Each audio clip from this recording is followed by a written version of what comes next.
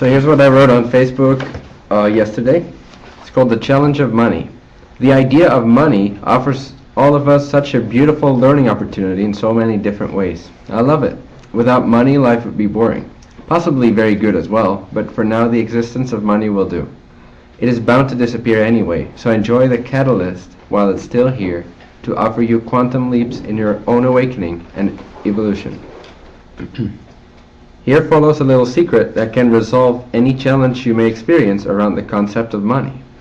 Memorize it as a mantra, if you will, and use it throughout the day whenever you are worried about money, pissed off at money, begging for money, in lack of money, jealous at others for having money, pitying those who don't, afraid of money, or whatever other state you perceive yourselves to be in relationship to the idea of money.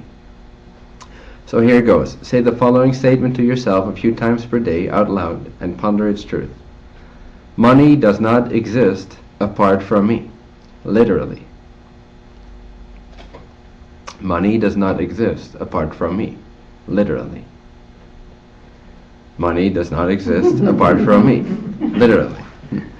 See what it does for you when you take this to heart, and once it becomes truly experiential for you, it resolves everything, both your negative feelings toward it, your greed for it, as well as your practical lack of it. I'll leave it a bit mysterious for now. See what you can come up with for yourself by using this mantra in your everyday life, until it sinks in as an experiential reality, where you can actually feel viscerally that there is no money apart from you, your state of being, your beliefs, and your decisions. It is true that money and you are one and the same, but it's not necessarily, I didn't necessarily mean it in the non-dual sense. There was somebody that commented on it, I think Liz, that made that sort of distinction. So when I say there is no money apart from you, I don't mean you and money are one in the non-dual sense, like everything is the same. Okay. What I mean by there is no money apart from you is in the relative sense. So in relationship to money, money in your life does not exist apart from you, your beliefs, your decisions, your state of being. That means that, for example, one of the most practical examples in line with my teaching would be that people keep postponing their passions, acting on their passions because of a lack of money, because of no money. So they say, yeah, okay, but I'll have to wait for the money first. But if you wait for the money, since there is no money apart from you, the money's going to wait for you. Does that make sense? Yes. And when you make a decision, voila, the next day suddenly you get an email or whatever it is, or somebody sponsors you, or through whatever way, shape, or form, but you get the money you need to go there. So money is not something that exists. It's not an independent object that is thrown within this world. It is inseparable from the game world itself. It's inseparable from the fabric of the illusion itself, which is made up by you, consciousness. It's made up. It's a function of the belief then, right? It is absolutely a function of the belief. You cannot absolutely not find money apart from yourself, apart from your state of being, apart from your beliefs, apart from your ideas, apart from the fabric of consciousness. There is no money. Money is not an object you have to wait for, because it doesn't exist like that. It only exists as a result of your decisions.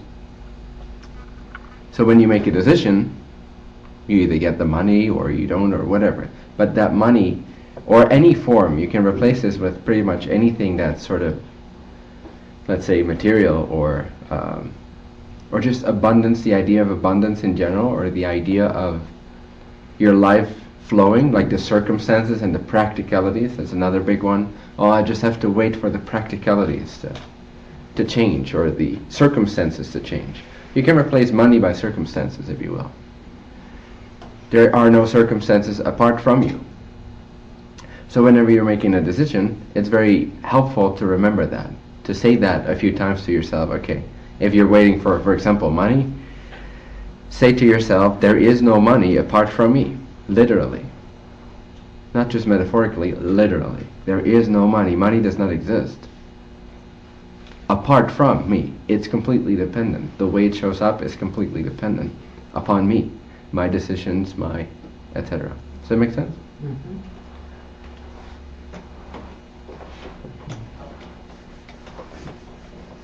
So when you're passionate about something, and something makes you feel like you're coming alive,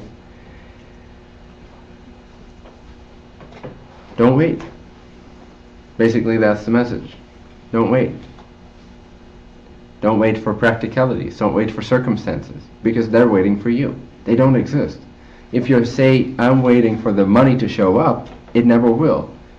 Because there is no money to show up apart from your decisions. And you haven't decided to make that move, therefore you don't need that money. See what I mean?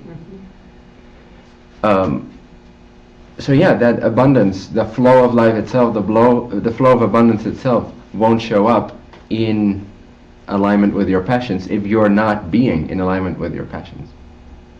If you're not being in the flow of yourself, if you're not being your authentic self and acting on what makes you come alive from within, then these things also won't change. Does that make sense? So every time you worry about money, just realize there is no money apart from you.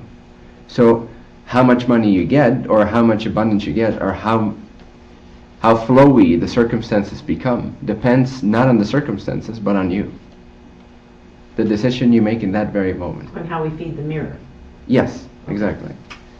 So you could also maybe simplify it by saying, there is no money apart from my decisions. Money does not exist apart from my decisions. So if you're not making a decision in favor of your joy, you won't see the circumstances follow. And money is inseparable from the flow of circumstances, from the fabric of circumstances. And the fabric of circumstances is part of you. Thus it all comes back to you. The question is never like, what do you have that you can do this amount of your passions with? No, the primary question is, how much of my passions do I want to live? How much of my passions am I ready to live? And then decide to go for those passions in full faith that circumstances are a reflection of your decisions. And so you'll start to actually experience viscerally that there is no money apart from you. And that therefore, in a sense, you control your bank account through your decisions. Does that make sense? So,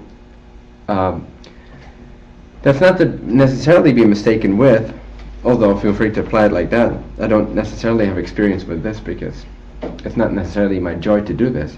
But my point isn't necessarily like, okay, I want 100,000 in my bank account by tomorrow. What I mean is, that's again putting circumstances before your passion. It's again putting the money as a reason for, as if it's a separate independent existence.